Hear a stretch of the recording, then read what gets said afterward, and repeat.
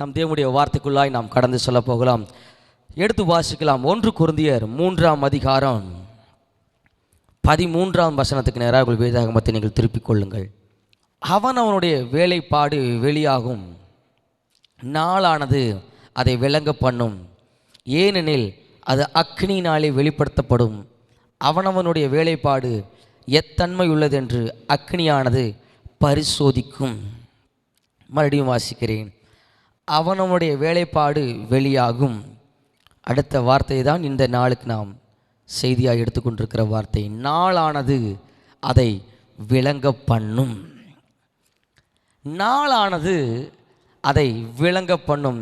என்னங்க நாளானது அதை விளங்க பண்ணும்னா என்ன சொல்கிற வராரு? இங்கே பவுல் கொரிந்து பட்டணத்துக்கு சில வார்த்தைகளை சொல்லுகிறார். அது எப்படிப்பட்ட வார்த்தையாக இருக்கிறது என்பதை நாம் முதல் வசனத்திலிருந்து ஒரு சில வசனங்கள் நாம் வாசிக்கின்ற பொழுது இதனுடைய அர்த்தத்தை நாம் புரிந்து கொள்ள முடியும். 1 கொரிந்தியர் 3ஆம் அதிகாரம் முதல் வசனத்திலிருந்து ஒரு சில வசனங்களை வாசிக்கலாம். மேலும் சகோதரரை, நான் உங்களை ஆவிக்குரியவர்கள் என்று எண்ணி உங்களுடனே பேசக்கூடாமல் மாம்சத்திற்குரியவர்கள் என்று கிறிஸ்துவுக்குள் குழந்தைகள் என்றும் எண்ணி பேச வேண்டியதாயிற்று. முதல்ல அவர் சொல்கிறாரு பாருங்க, நான் உங்களை ஆவிக்குரியவர்கள்னு நினச்சேன், ஆவிக்குரியன்னு எண்ணி நினச்சி தான் பேசலான்னு வந்தேன். ஆனால் உங்களை பார்த்தா குழந்த மாதிரி இருக்குது, உங்களுக்கு ஓவர் ஃபுட்டு ஆகாது. அதாவது பிறந்த குழந்தைக்கு யாரும் பிரியாணி செஞ்சு போட மாட்டாங்க, சிக்கன் 65 கொடுக்க மாட்டாங்க, அதுக்கு பால் தான். அதை தான் அடுத்து சொல்கிறாரு பாருங்க, நீங்கள் பலன் இல்லாதவர்களானதால் உங்களுக்கு போஜனம் கொடாமல் பாலை குடிக்க கொடுத்தேன். உங்களுக்கு நான் போஜனம் கொடுக்கலான்னு தான் நினச்சேன், ஆனால் நீங்கள் அந்த அளவுக்கு வளரலை. நீங்கள் இன்னும் அந்த அளவுக்கு ஒரு பெரிய மனுஷராக நீங்கள் வளரலை. நீங்கள் இன்னும் பால் குடிக்கிற நபராகவே என்ன சொல்கிறீங்க, நீங்கள் வாழ்க்கையில் இருக்கிறீங்க அப்படின்னு சொல்லிட்டு இந்த கொரிந்தியர் சபைக்கு, கொரிந்தி பட்டணத்தாருக்கு பவுல் சொல்லுகிறார். 3வது வசனம், பொறாமையும் வாக்குவாதம் பேதங்களும் உங்களுக்குள் இருக்கிறபடியால் நீங்கள் மாம்சத்திற்குரியவர்களாக இருந்து மனுஷ மார்க்கமாய் நடக்கிறவர்கள் அல்லவா. நீங்களுக்குள்ள பொறாமையும் வாக்குவாதமும் நிறையா இருக்குதுப்பா. உங்களுக்குள்ளே நிறைய பொறாமை வந்துக்கிட்டே இருக்குது. உங்களுக்குள்ளே நிறைய சண்டை அடிக்கடி வந்த மேனிக்கே இருக்குது. ஒருத்தன் பவுலை சேர்ந்தவன் சொல்கிறான், ஒருத்தன் அப்பல்லவை சேர்ந்தவன், எல்லாம் மாம்சத்தில் போகிறோம். எல்லாம் கிறிஸ்துவுக்குள் ஒருத்தர், எல்லாம் கிறிஸ்துவுக்குள் ஒரே நபராக இருக்கிறோம், ஒரே குடும்பமாக இருக்கிறோம் என்கிற அந்த எண்ணம் உங்களுக்குள் இல்லாமல் நான் பவுல் ஆளுப்பா, நான் பவுலை சேர்ந்தவன். 4ஆம் வசனத்தை பாருங்க, ஒருவன் பவுலை சேர்ந்தவன் வேறொரு அப்பல்லவை சேர்ந்தவன் என்றும் சொல்லுகிறபடியால் மாம்சத்திற்குரியவன் அல்லவா. நீங்கள் என்னப்பா உங்களுக்குள்ளே சண்டை போட்டுக்கிறீங்க அப்படின்னு சொல்லிட்டு 5 பவுல் யார், அப்போலோ யார்?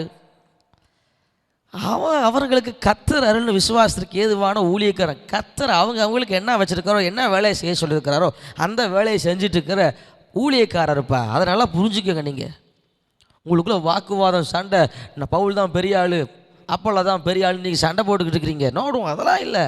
யார் பவுல், யார் இந்த அப்போலோ?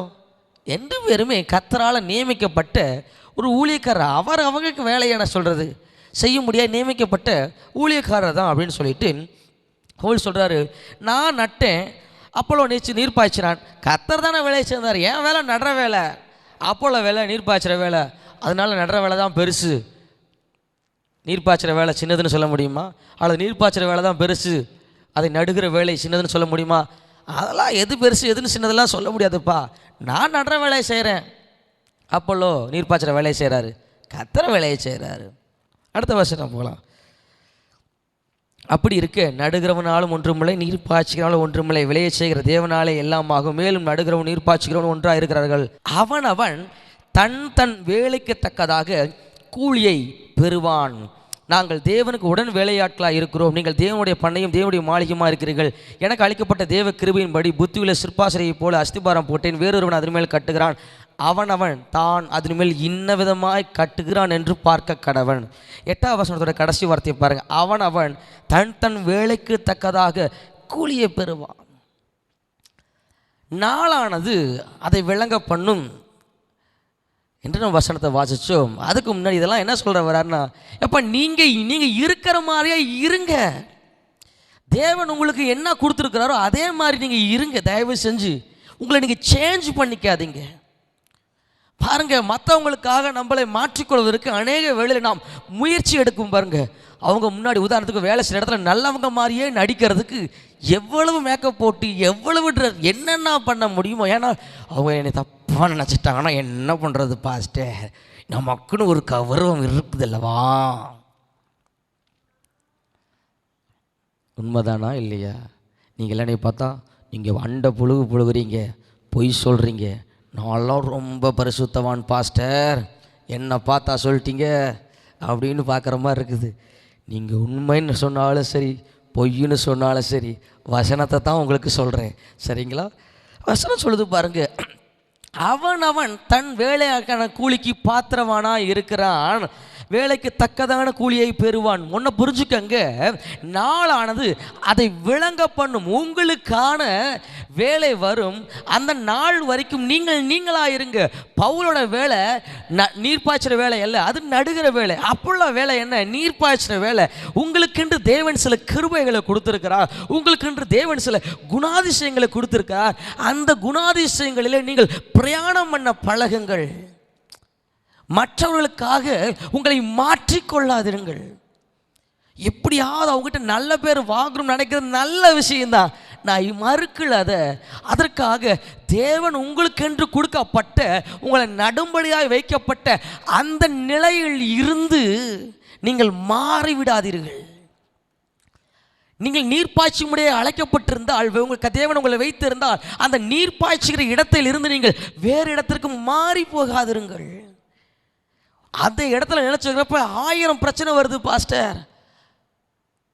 நான் நீர்ப்பாய்ச்சலும் தான் எனக்கு கடவுள் வச்சிருக்காரு புரிஞ்சுக்கிட்டேன், ஆனால் பொய் பேசலினாலாம் பிழைக்க முடியாதுங்க. என்ன தேவன் உங்களை எந்த ஸ்தானத்தில் வச்சிருக்கிறார், அந்த ஸ்தானத்தில் இருக்க நீங்கள் பழகிக்கங்க. உங்களை நட வச்சார்னா நீங்கள் நடுகிறவர்களாகவே வாழ்க்கை முழுசு இருங்க. அவருக்கு தெரியும், தாயின் கற்பத்தில் உருவாக முன்பதாகவே உங்களை பெயர் சொல்லி அழைத்த தேவனுக்கு தெரியும். இந்த குழந்தை, இந்த பையன், இந்த மகன், இந்த மகள் பூமிக்கு வந்தால் நடுகிற வேலை தான் செய்வான் அப்படின்னு சொல்லி சவுல் பவுலா மாறுறதுக்கு முன்னாடியே கர்த்தர் ஏற்கனவே பிளான் பண்ணி வச்சுட்டார். இவன் நடுற வேலையை செய்கிறவான்ப்பா, அப்போல்லோ நீர்ப்பாய்ச்சிற வேலையை செய்கிறவான் ஏற்கனவே முடிவு பண்ணி தான் பவுல் அவங்க அம்மா வயிற்றுக்குள்ளே வச்சார். அவர் வளர்ந்தார், சபையை துன்புறுத்தினார், கர்த்தர் தமஸ்குல அவரை சந்தித்தார். இப்போ சவுல் பவுலாக மாறினார். எல்லாம் நடந்ததுக்கு எல்லாத்துக்கும் தேவன் முன்கூட்டியே எல்லாத்தையும் திறந்தெடுத்து வைத்திருக்கிறார். உங்களுக்கு தேவன் எப்படியா வைத்திருக்கிறாரோ அப்படியா இருக்க நீங்கள் முயற்சி பண்ணுங்க. நீங்கள் தேவன் வைத்திருக்கிற அந்த இடத்துல இருக்கிறப்ப உங்களை பற்றி மற்றவர்களுக்கு ஒவ்வொரு எண்ணம் தோன்றும், ஒவ்வொரு காரியம் தோன்றும். அவங்கள பற்றியெல்லாம் உங்களுக்கு நீங்கள் கவலைப்பட வேண்டிய அவசியம் இல்லைங்க. நல்லா புரிஞ்சுக்கங்க, நான் நல்லது தான் செய்கிறேன் பாஸ்டர், ஆனால் அவங்க ஏன் தான் எனக்கு இப்படி பண்ணுறாங்கன்னே தெரிய மாட்டேங்குது. நான் நல்லா தான் வேலை செய்கிறேன், ஆனால் அவங்க ஏன் என்னை புரிஞ்சிக்கவே மாட்டேங்கிறாங்கன்னு தெரிய மாட்டேங்குது. அவங்க புரிஞ்சிக்கொள்ளாததுனால நீங்கள் உங்களுடைய குணாதிசயங்களை, உங்களுக்கென்று தேவன் வைத்திருக்கிற அந்த குணாதிசயத்தை நீங்கள் மாற்ற நினைத்து தேவன் வைத்திருக்கிற இடத்திலிருந்து தடுமாறி வேறொரு இடத்திற்கு நீங்கள் போய்விடுகிறீர்கள். நல்லா புரிஞ்சுக்கங்க, நான் நல்லது தான் செய்யணும்னு நினைக்கிறேன் பாஸ்டர், ஆனால் அவங்க ஏன் என்னை இப்படி எனக்கு துன்புறுத்துறாங்கன்னு புரியவே மாட்டேங்குது. நான் பாட்டு என் வேலையை தான் பார்த்துக்கிட்டு இருக்கிறேன், வேணும்னே சண்டைக்கு வர்றாங்கங்க. நான் பாட்டு எங்கள் வீட்டில் இருந்தால் தண்ணி பைப்பு வழிஞ்சு வாசப்படல போதுங்க, ஆனால் பக்கத்து வீட்டுக்காரன் வேணும்னே சண்டைக்கு வரான் பாஸ்டர். என்ன பண்ணுறதுனே தெரியலங்க, வேணும்னே சண்டைக்கு வராங்க. என்ன பண்ணுறதுங்க? நீங்கள் தேவன் என்ன பொறுமையாக இருக்க முடியாது வச்சுருக்காருங்க. பொறுமையை சோதிக்கிறதுக்குன்னே பக்கத்து வீட்டுக்காரர் வேணும்னே அவங்க வீட்டு குப்பையெல்லாம் கூட்டி எங்கள் வீட்டு வாசப்படில் தான் போடுறாங்க. எப்படிங்க? ஏங்க? தேவன் உங்களுக்கென்று வைத்திருக்கிற அந்த ஸ்தானத்தில் நீங்கள் போகின்ற பொழுது நிச்சயம் உங்களை நிறைய மனிதர்கள் புரிந்து கொள்ளவே மாட்டாங்க. அப்படியே ஆமாம் ரொம்ப தான் அப்படின்னு உங்களை ஒரு மாதிரி இழிவாய் இலக்காரம் சொல்லுவாங்க. இலக்காரமாக கூட உங்களை பார்க்கலாம், அற்பமாய் நினைக்கலாம். டோன்ட் வரிங்க, எதை பற்றியும் கவலைப்படாதீங்க. கர்த்தர் உங்களை நீர்ப்பாய்ச்ச வச்சுருக்காருன்னா நீங்கள் நீர்ப்பாய்ச்ச வச்சுருங்க. ஏன்னா நாளானது அதை விளங்க பண்ணும். நீங்கள் ட்ராவல் பண்ணுங்க. அமைதியாக ட்ராவல் பண்ணுங்க, பொறுமையாக போங்க, சகித்து கொள்ளுங்கள், நாளானது அதை விளங்க பண்ணும். ஒரு சில உதாரணங்களை உங்களுக்கு காட்டி நான் வேகமாக சுருக்கமாக நிறைவு செய்ய விரும்புகிறேன். தாவீதை பற்றி ஒரு சில காரியங்களை உங்களோடு கூட நான் பகிர்ந்து கொள்ள விரும்புகிறேன். 1 சாமுவேல் 17ஆம் அதிகாரத்திலே உங்களுக்கு அந்த சம்பவங்கள்லாம் நன்றாய் தெரிந்துபடினாலே வேகமாக நான் கடந்து போகவே நான் விரும்புகிறேன். 1 சாமுவேல் 17ஆம் அதிகாரத்திலே பெலிஸ்தியனாகிய கோலியாத் வருகிறான். அவன் நின்று அங்கே இருக்க ஜனங்கள் எல்லாம், இஸ்ரவேல் ஜனத்தாரெல்லாம் பார்த்து அவன் சொல்கிறான், எப்பா உங்களை யாருப்பா பராக்கிரமசாலி, என் கூட சண்டைக்கு வாங்க. பாருங்கள், அவன் தலையின் வெண்கல சீராவை போட்டு ஒரு போர்க்கவசத்தை எடுத்துக்கொண்டிருப்பான். அவன் கவச்சத்தை நிறைய 5000 சேக்கலாக்குள்ள அவன் தன் கால்கள் எல்லாத்தையும் போட்டிருப்பான். அவன் 8ஆவது வசனம் பாருங்க, அவன் வந்து நின்று இஸ்ரவேல் சேனைகளை பார்த்து சத்தமிட்டு, நீங்கள் யுத்தத்திற்கு அணிவகுத்து நிற்கிறது என்ன? நான் பெலிஸ்தன் அல்லவா? நீங்கள் சவுலின் சேவகர் அல்லவா? உங்களில் ஒருவனை தெரிந்து கொள்ளுங்கள், அவன் என்னிடத்தில் வரட்டும், அவன் என்னோடு யுத்தம் பண்ணவும் என்னை கொல்லவும் சமர்த்தனானால் நான் உங்களுக்கு வேலைக்காரராக இருப்போம். நாங்கள் அவனை ஜெயித்து அவனை கொள்வோமானால் நீங்கள் எங்களுக்கு வேலைக்காரராக இருப்பீர்கள், எங்களை சேவிக்க வேண்டும். பாருங்கள், இப்போ சொல்கிறாரு பெலிஸ்தீன் சம்பவம் எல்லாம் உங்களுக்கு நல்லா தெரியுங்க. தாவீது கோலியாத் சின்ன வயசுலேருந்து நமக்கு சொல்லிக் கொடுக்குற மிக முக்கியமான சப்ஜெக்ட் தாவீது கோலியாத் தான் நடந்துக்காங்க. ஆமாம், 5 கல் தாவீதுன்னு பாட்டெல்லாம் அப்படி பயங்கரமாக நடந்துக்காங்க, சூப்பராக இருக்கும். ஸோ அதனால் வேகமாக தெரிஞ்ச கதை. இப்போ கோலியாத் தினந்தோறும் வந்து நீங்கள் என்னை ஜெயிச்சிட்டிங்கன்னா சவுளுடைய படைகளை பார்த்து சவுளை பார்த்து சொல்லுவோம், நீங்கள் கூட சண்டை போட்டு என்னை தோக்கடிச்சிட்டிங்கன்னா நான் உங்களுக்கு வேலைக்காராக இருப்பேன், ஒருவேளை நீங்கள் தோத்துட்டிங்கன்னா நீங்கள்லாம் எனக்கு வேலைக்காராக இருக்குன்னு சொல்லிட்டு டெய்லியும் சொல்லிக்கிட்டே இருந்தான். அந்த நேரம் பார்த்து ஈசாய் தாவீதோட அப்பா அண்ணனுங்களுக்காக சாப்பாடு கொடுத்துட்டு வாப்பா அப்படின்னு அனுப்புகிறாரு தாவீது நேராக என்ன சாப்பாடெல்லாம் எடுத்துகிட்டு போகிறாரு. அங்கே கூடியிருக்கவங்கெல்லாம் பேசிக்கிறாங்க, எப்பா இந்த மாதிரி பெலிஸ்தீனாகிய கோலியாத் இருக்கிறான், வந்து இப்படியெல்லாம் சொல்லிகிட்டு இருக்கிறான் அப்படின்னு பேசிகிட்டு இருக்கிறத பார்த்தா ஒரு கொண்டுட்டோம்னா ராஜா சொல்லியிருக்கிறாரு. வாசிக்கலாம் 17ஆம் அதிகாரத்தினுடைய 25ஆம் வசனம். அந்நேரத்தில் இஸ்ரவேலர் வந்து நிற்கிற அந்த மனுஷனை கண்டீர்களா? இஸ்ரவேலை நிந்திக்க வந்து நிற்கிறான். இவனை கொள்ளுகிறவன் எவனோ அவனை ராஜா மிகவும் ஐஸ்வர்யவனாக்கி அவனுக்கு தம்முடைய சுமாரத்தை தந்து அவன் தன் தகப்பன் வீட்டாருக்கும் இஸ்ரவேலை சர்வமானியம் கொடுப்பார் என்றார்கள். அப்பொழுது தாவீது தன் அண்டையில் நிற்கிறவர்களை பார்த்து, இந்த பெலிஸ்தனை கொன்று இஸ்ரவேலுக்கு கீழே நிந்தை நீக்குகிறவனுக்கு என்ன செய்யப்படும் அப்படின்னு கேட்ட உடனே மறுபடியும் முன் சொன்னது போல சொல்கிறாங்க, எப்பா ராஜா உனக்கு பெரிய பொசிஷனை கொடுத்து அவர் மகளை உனக்கு கல்யாணம் பண்ணி வைக்க போகிறாராம். ஆஹா, நமக்கு வாழ்க்கையில் இப்படி ஒரு ஆப்பர்ச்சுனிட்டி கிடைக்கவே கிடைக்காது, ராஜாவுடைய மகளை கல்யாணம் பண்ணுறதுக்கு அப்படின்னு சொல்லிட்டு தாவீது யோசிக்கிறார். சர்வ மானியம் கிடைக்கும் அப்படின்னு எல்லாத்தையும் கேட்டுட்டு ஓகே அப்படின்னு சொல்லி நேராக தாவீது சவுல்கிட்ட போய் சொல்கிறார், இந்த சவுலையா நான் பெலிஸ்தனை பார்த்துக்கிறேன் அப்படின்னே சவுல் மேலே கீழேயும் பார்க்காரு.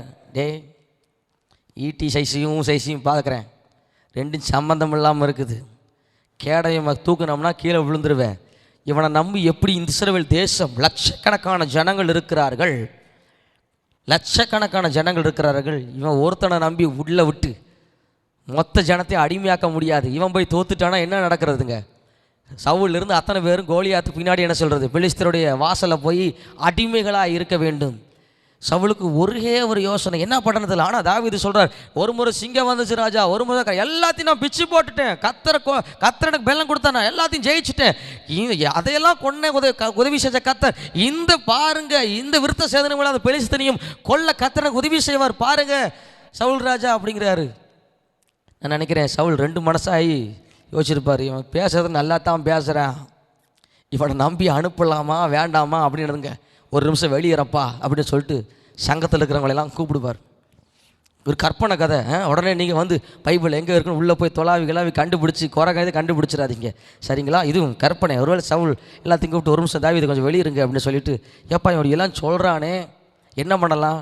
எல்லோரும் பேசி இருந்திருப்பாங்க, ராஜா நம்ம ஆட்கள் 1,00,000 பேர் இருக்கிறாங்க, ஆனால் ஒரு ஆள் சண்டைக்கு போக மாட்டேங்கிறான், இவன் ஒருத்தனாவது சண்டைக்கு போகிறதுக்கு வந்து நின்றுருக்கிறான், இஸ்ரவேல் மானத்தை காப்பாற்றுறதுக்கு இவன் ஒருத்தர் தான் கரெக்டாக இருக்கிறான், இந்த தோக்கிறமோ ஜெயிக்கிறமோ முதல்ல போய் நின்று என்ன சொல்கிறது பேசுகிற வரைக்கும் பார்ப்போம், ரொம்ப இதாகிடுச்சுன்னா என்ன பண்ணிடலாம், கையோடு அவனை கூட்டிகிட்டு வந்துடலாம், அப்புறம் பார்த்துக்கலாம் அப்படி சொல்லி பேசியிருப்பார். இது கற்பனை கதை. சரி ஓகே, சவுல் பார்க்குறார், நீ சொல்கிறது கரெக்டாக தானப்பா, யாரும் போக மாட்டேங்கிறாங்க, இந்த கோலியாத்தை பார்த்துட்டு சண்டைக்கு எவனும் போக மாட்டேங்கிறான், எல்லாம் சாப்பிட்டு போட்டு ஈட்டிக்கும் கோலையும் வச்சு சுற்றிக்கிட்டு இருக்கிறாங்க, ஆனால் ஒருத்தரும் பெலிஸ்தன்ட்ட போய் நிற்க மாட்டேங்கிறான், இவன் வந்து போகிறேன்னு அடம் பிடிக்கிறான். சரி அனுப்பலான்னு முடிவு பண்ணிவிட்டு, சரி தாவீது நீ போகலாம் அப்படின்னு சொல்லிட்டு கட்சிகள் எல்லாத்தையும் மார்க் அவசரம் கொடுத்தாரு. எப்போ அதெல்லாம் எனக்கு வேண்டாம், எனக்கு தேவையான எடுத்துகிட்டு நான் போய்க்கிறேன் ராஜா அப்படின்னு சொல்லிட்டு தாவீது போகிறவங்க எல்லாத்துக்கும் தெரியுங்க, கவனில் கல்லை கட்டி எனதுங்க கூழாங்கல்லை கட்டி அடிக்கிறாரு, கோலியாத்தை இறந்து போயிடுறாருங்க. அதே கத்தி கோலியாத்தோட கத்தி எடுத்து கோலியாத்தை கொன்று வெளியே வராரு. வெளியே வந்தோடனே வசனம் சொல்லுகிறது, எடுத்து வாசிக்கலாம். தாவீது கொன்றது அப்படின்னு சொல்லிட்டு 1 சாமுவேல் 18ஆம் அதிகாரத்தில் 6வது வசனத்தில் ஒரு சில தாவீது பெலிஸ்தனை கொண்டு திரும்பி வந்த பின்பு ஜனங்கள் திரும்ப வரும்பொழுது ஸ்திரீகள் இஸ்ரவேலில் சகல பட்டணங்களில் இருந்து ஆடல் பாடலுடன் புறப்பட்டு மேளங்களோடும் கீத வாத்தியங்களோடும் சந்தோஷமாக ராஜாவாகிய சவுலுக்கு எதிர்கொண்டு வந்தார்கள். இப்போ ராஜாவாகிய சவுல் அரண்மனையில் இருக்கிறாரு. தாவீது கொண்டுட்டான் விஷயம் தெரிஞ்சோடனே எல்லாம் விசில் அடித்து ஆட்டம் பாட்டத்தோட பயங்கர மேலதெல்லாம்லாம் ஏய் கோலியாத்து செத்துட்டானப்பா அப்படின்னு பயங்கர சந்தோஷத்தோடு ஆட்டி வராங்க. ராஜா அப்படியே மேலே நின்று பார்க்குறாரு.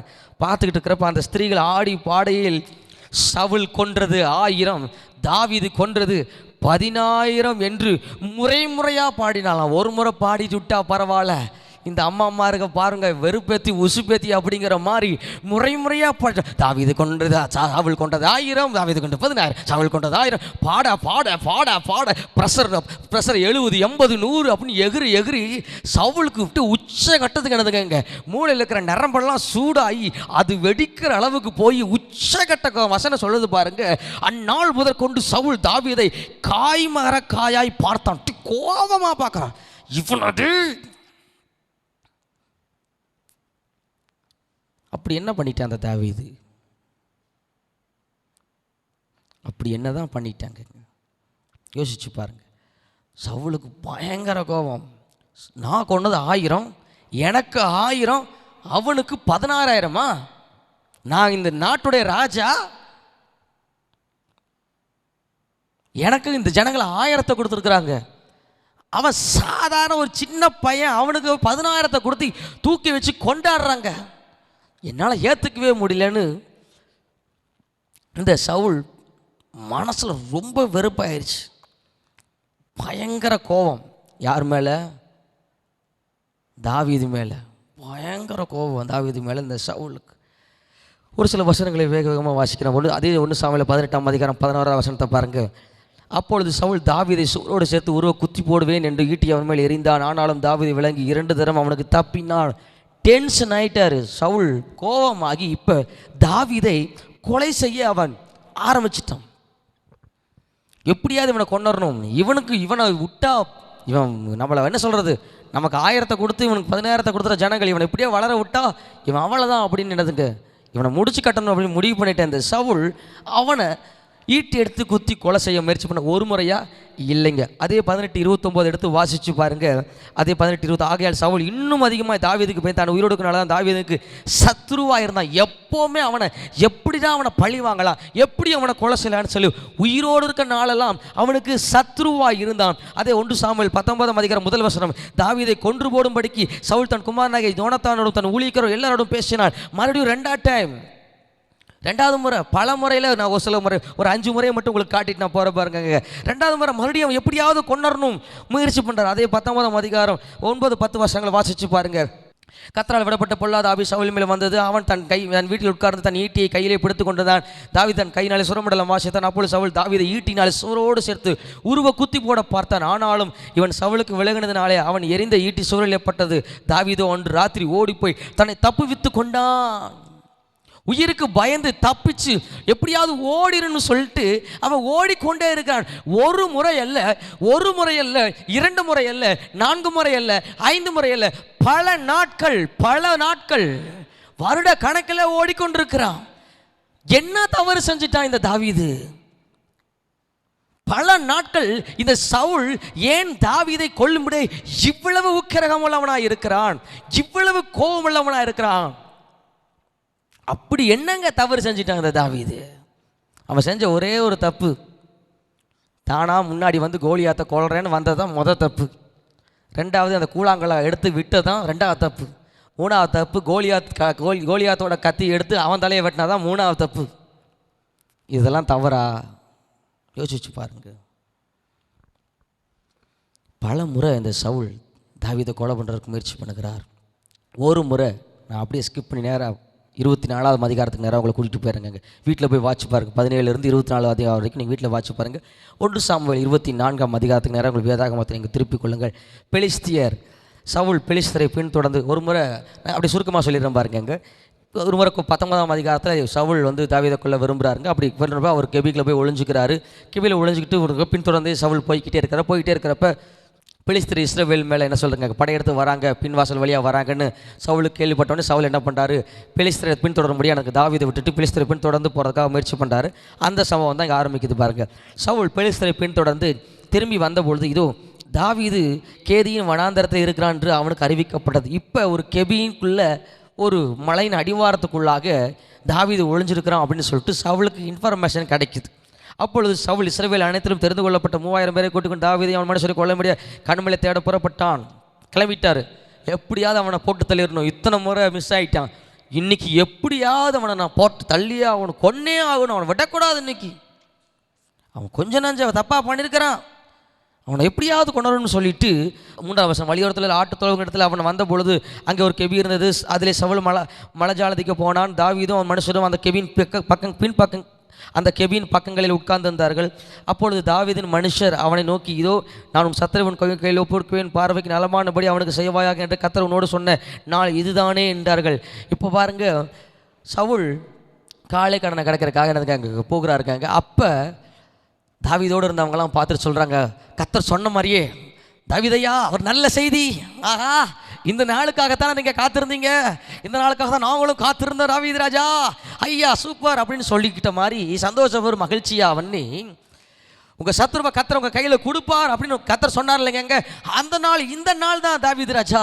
என்னப்பா சொல்கிறீங்க, சவுல் பின்னாடி தான் இருக்கிறார் கெபியில் அப்படின்னா தாவீது நேராக போய் அவருடைய வஸ்திரத்தின் தொங்கலை சால்வையை லைட்டாக கிழிச்சிட்டு வந்துடுவார்.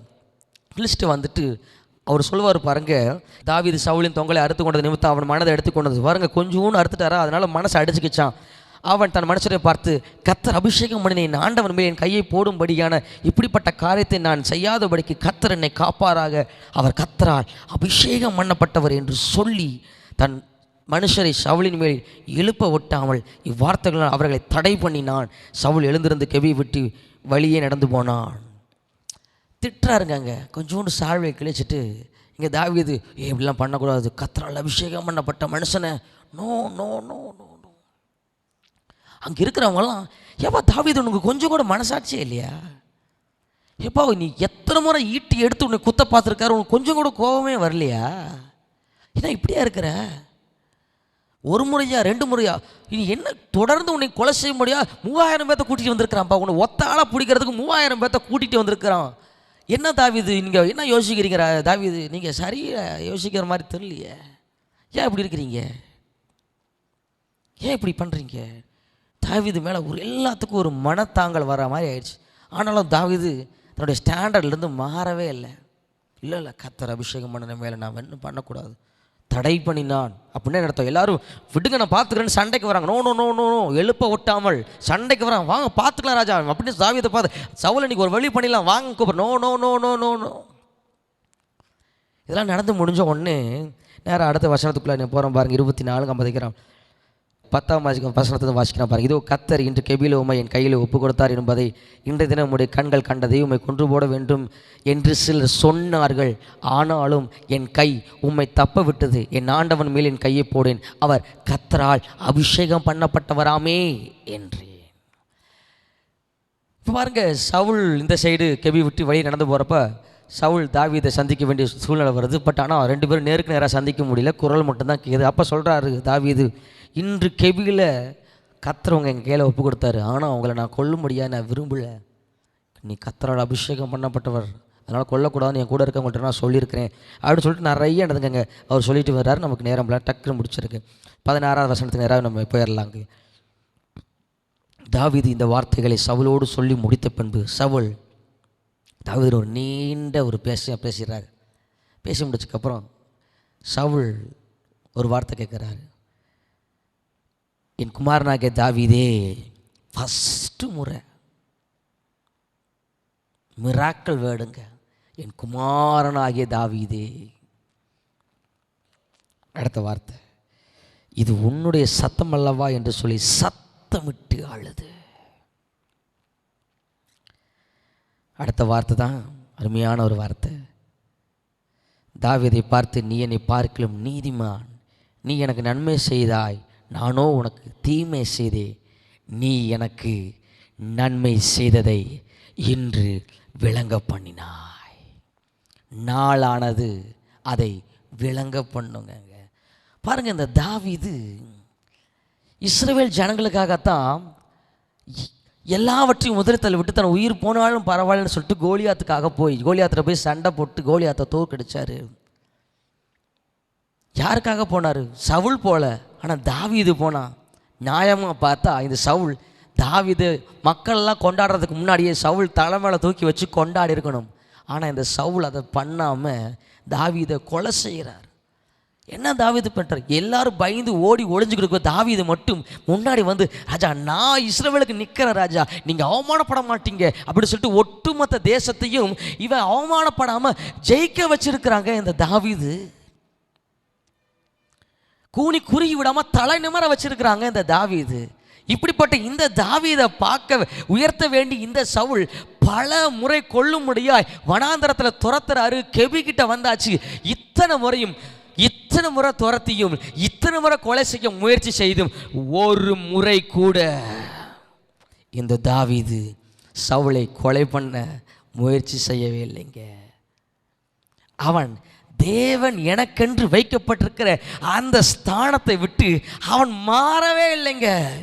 உயிருக்கு பயந்து தப்பிச்சு போறானே ஒழிய கோலியாத்தை ஜெயிக்க முடிஞ்ச அவனுக்கு சவுலை கொள்றதுக்கு எவ்வளவு நேரம் ஆகும் நினைக்கிறீங்க? அப்படிப்பட்ட ஒரு ஆளையே இத்தனோட கல்லை வச்சு முடிச்சுட்டாரு நம்ம ஆளு. சவுல் என்னங்க பெரிய ஆளு. ஆனா தாவீது சவுல் கடைசி வரைக்கும் தாவீதை புரிஞ்சிக்கவே இல்லைங்க. ஆனாலும் தாவீது தவறு செய்யவே இல்லைங்க. நல்லா புரிஞ்சுக்கோங்க, தவறு செய்யவே இல்லைங்க. பொறுமையாக இருந்தார். தப்பிச்சு தான் ஓடினாரே ஒழிய சண்டை போடலை, திட்டலை, வாக்குவாதம் பண்ணலை. தாழ்மையாக போய் இன்னைக்கு அவர் பின்ன வார்த்தையும் பாருங்கள். சவுலை நோக்கி தாம் பொல்லாத செய்த என்று சொல்லி மனசு இருக்கிற இதோ கர்த்தர் இன்று கெபியில் என் உண்மை வாடா போடான கூட மரியாதை கூட எனக்கு குறையாமல், ராஜா உங்களை, என்ன ஒரு கைண்ட்னஸான பர்சன் பாருங்க தாவீது, என்ன ஒரு அழகான வார்த்தை பாருங்க. உங்களை என் கையில் ஒப்பு கொடுத்தாங்க ராஜா. கொலை பண்ணுறவனை பார்த்து நீங்கள் அப்படி சொல்வீங்களா? நீங்கள் ஏங்க என்னை கொலை பண்ண பார்த்தீங்கன்னு சொல்லுவீங்க? என்ன சொல்லுவீங்க? சண்டைக்கு வர மாட்டீங்க? உங்களை ஒருத்தர் ஈட்டி எடுத்து சரன்னு விசிறான், ஏங்க எதற்காக என் மேல் ஈட்டி எறிந்தீர்கள் என்று தெரிந்து கொள்ளலாமா அப்படி கேட்பீங்களா? என்ன சொல்லுவீங்க? உங்களுக்கே தெரியும் என்ன பண்ணுவீங்கன்னு நான் சொல்ல தேவையில்லை. ஆனால் தாவீது பாருங்க, இத்தனை முறை தாவீது பயந்து ஓடி ஓடி ஓடி சலிச்சு போனப்போ கூட ஒரு முறை கூட அவன் சவுலை எதிர்க்கவே இல்லைங்க. சவுல் தாவீதை புரிஞ்சு கொள்ளாத நேரத்தில் எல்லாம் அந்த தாவீது ரொம்ப அமைதியாக இருந்தார், ரொம்ப கைண்ட்னஸாக இருந்தார்.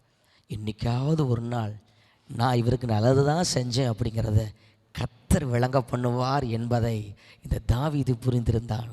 ஆகவே அவன் மிகுந்த அமைதியோடு கூட காத்திருந்தான், சகித்து கொண்டான், பொறுமையோடு கூட அவன் ஓடினான். நாளானது அதை விளங்க பண்ணும். நானும் உங்களுக்கு சொல்கிறேன் பாருங்கள், ஒருவேளை உங்கள் வாழ்க்கையில் நிறைய சோர்வுகள், என்னங்க பாஸ்டர் நான் எல்லாத்துக்கும் நல்லது பண்ணி பண்ணி பண்ணி எனக்கு கெட்டவங்கிற பேர் தாங்க மிச்சம். தாவீது எல்லாத்துக்கும் இஸ்ரவேல் நாட்டுக்கே நல்லது பண்ணா, ஆனால் அவனை தான் கெட்டவேன்னு என்னதுங்க முத்திரை கிடுத்தி கொலைப்பாதகன் என்று சொல்லி கொலை செய்ய தேடுறாங்க. ஆனால் தாவீது மாறலைங்க. நீங்கள் மாறிடாதீங்க. நீங்கள் எப்படிப்பட்டவர்களாக இருக்கிறீர்களோ அப்படியாகவே தேவன் உங்களை எப்படி வைத்திருக்கிறோம் அப்படியாகவே இருங்கள்.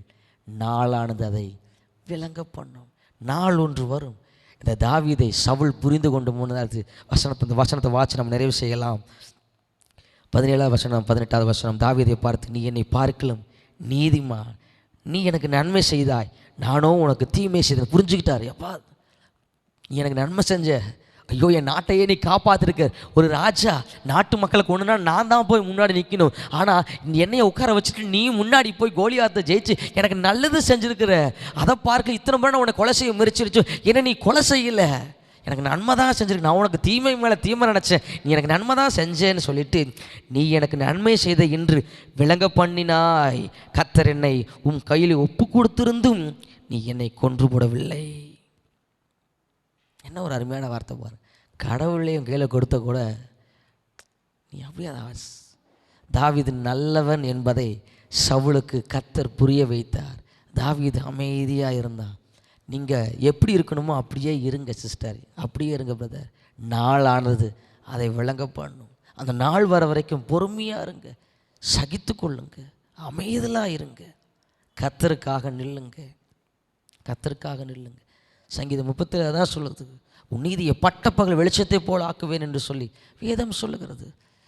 மத்தேயு 6-5 அதிகாரத்துக்குள்ளே சாபிக்கிறவர்களே ஆசீர்வதியுங்கள். அது எப்படிங்க பாஸ்டர்? தாவீதை சவுல் கொல்ல, அது எப்படிங்க அவனை கொலை செய்ய நினச்சாவே அப்படின்னு சண்டைக்கு ஏறி நிற்காம தாவீது ரொம்ப கைண்டாக போகிறாருங்க. நீங்களும் அப்படி இருக்க பழகி கொள்ளுங்கள். நீங்கள் எப்படிப்பட்டவர்களாக இருக்கிறீர்கள் என்பதை கர்த்தர் உங்கள் உறவினருக்கு புரிய வைப்பார், உங்கள் வேலை ஸ்தலத்தில் இருக்க அந்த ஓனருக்கு புரிய வைப்பார், உங்கள் நண்பருக்கு புரிய வைப்பார். நீங்கள் அவங்களுக்கு நல்லது தான் செய்கிறீங்க, அவங்களுக்கு நீங்கள் தீமை செய்யலை, அவங்களுக்கு நீங்கள் நன்மையானவங்களாக தான் இருக்கிறீங்க அப்படிங்கிறத கர்த்தர் விளங்க பண்ணுவார். நாளானது அதை விளங்க பண்ணும், அது விளங்க பண்ணும். அந்த நாள் வரைக்கும் அமைதலாக இருங்க. தாவீதை போல அவனிடத்திலிருந்து கற்றுக்கொள்ளுங்கள், பொறுமையோடு இருங்க. நாளானது விளங்க பண்ணுவார் கர்த்தர். உங்கள் நீதியை பட்டப்பகல் வெளிச்சத்தை போல அவர் மாற்றி, நீங்கள் யாரெல்லாம் உங்களை பார்த்து ஏளனம் பேசினார்களோ, யாரெல்லாம் உங்களை புரிந்து கொள்ளவில்லையோ, யாருக்கெல்லாம் நீங்கள் நன்மை செஞ்சு கெட்டவர் என்கிற பெயர் வாங்கலாம், அத்தனை நபர்கள் முன்பதாகவும் கர்த்தர் உங்களை உயர்த்தி வைப்பார். தாவீதை உயர்த்தி வைச்சார், நிச்சயம் உங்களையும் என்னையும் அவர் உயர்த்தி வைப்பார். நாம் இருக்கிற இடத்துல எழுந்து நின்று நாம் ஜெபிக்கலாம்.